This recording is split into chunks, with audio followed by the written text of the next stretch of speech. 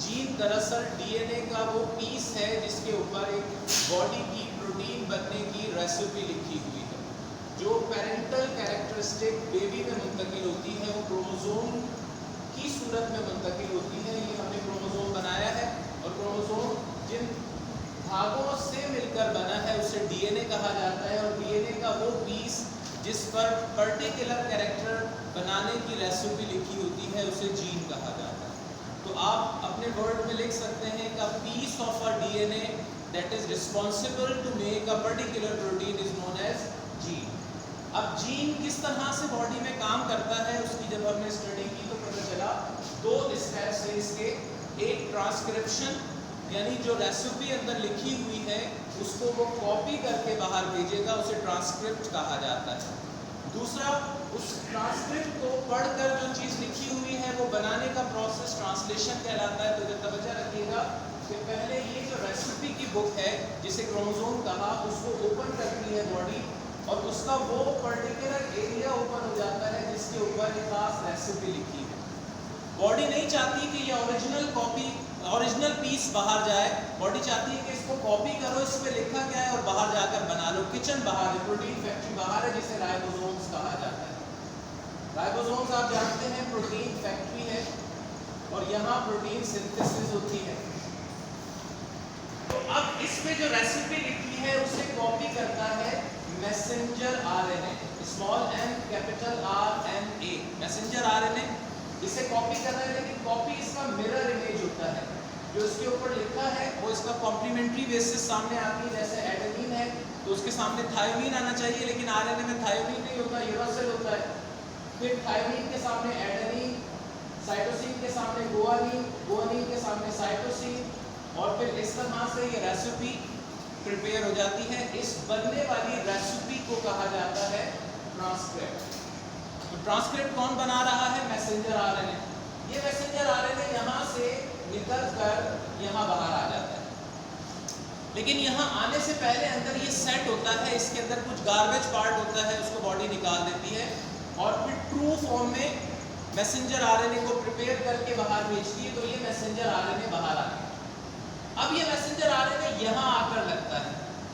देखिए इसमें रेसिपी क्या लिखी थी? Uracil, adenine, guanine, guanine, cytosine, uracil, adenine. ये क्या चीज़ है? ये मैसेंजर आरएनए है।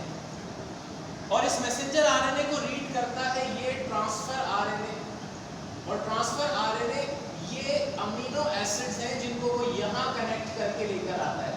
जैसे सपोज ये बी वाला 20 टाइप के अमीनो एसिड हम पढ़कर आए थे, ये सारे साइटोप्लाज्म में बिखरे हुए हैं जो फूड से डाइजेस्ट होकर हम लेकर आए थे ब्लड के जरिए, अगर एनिमल बॉडी है। और प्लांट बॉडी है तो वो प्रिपेयर इटसेल्फ खुद कर लेता है।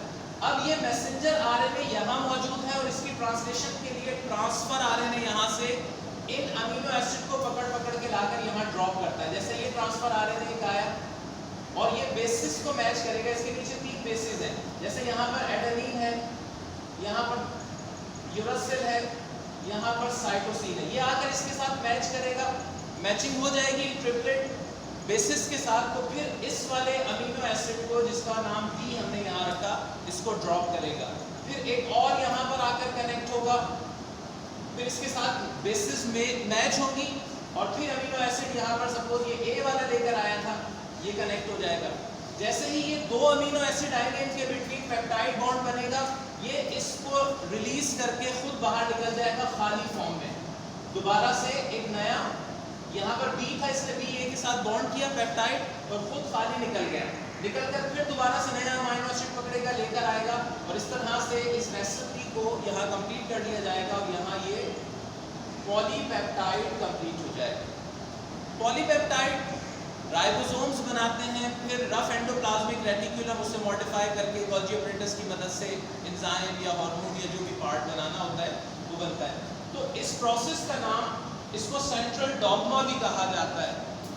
आपकी बुक में मैट्रिक में आप 10 में पढ़कर आए थे सेंट्रल डॉग्मा, वो यही वाला प्रोसेस था। फर्स्ट ईयर में यहाँ थोड़ा सा डिटेल है और नाम इसका जीन और फिर RNA as a carrier of information, क्योंकि मैसेंजर आरएनए इंफॉर्मेशन को बाहर लेके गया और उसके बाद उसने उससे रिलेटेड कोई स्पीसी प्रिपेयर करवाई। जो भी उसके ऊपर लिखा हुआ मटीरियल था वो प्रिपेयर हुआ और सारी चीज़ें बॉडी के अंदर एंजाइम से रिलेट कर रही होती हैं। तो एंजाइम प्रोटीनस होते हैं, इसलिए हम कहते हैं one gene is responsible to make one enzyme. तो एक जीन अगर ये कॉपी होके बाहर गया है तो आगे जो प्रोटीन बनेंगे वो दरअसल एंजाइम बन रहा होता है। फिर एंजाइम से बॉडी जो भी आगे वर्क लेना होता है, कहीं सिंथेसिस का प्रोसेस होता है, कहीं हाइड्रोलिसिस का, कहीं रिडॉक्स प्रोसेसेस हो रहे होते हैं, कहीं ब्रेकडाउन का प्रोसेस होता है, वो सारे काम एंजाइम ही कर रहे होते हैं। तो बॉडी फिर उनसे उस लेवल का वर्क कर रहा है।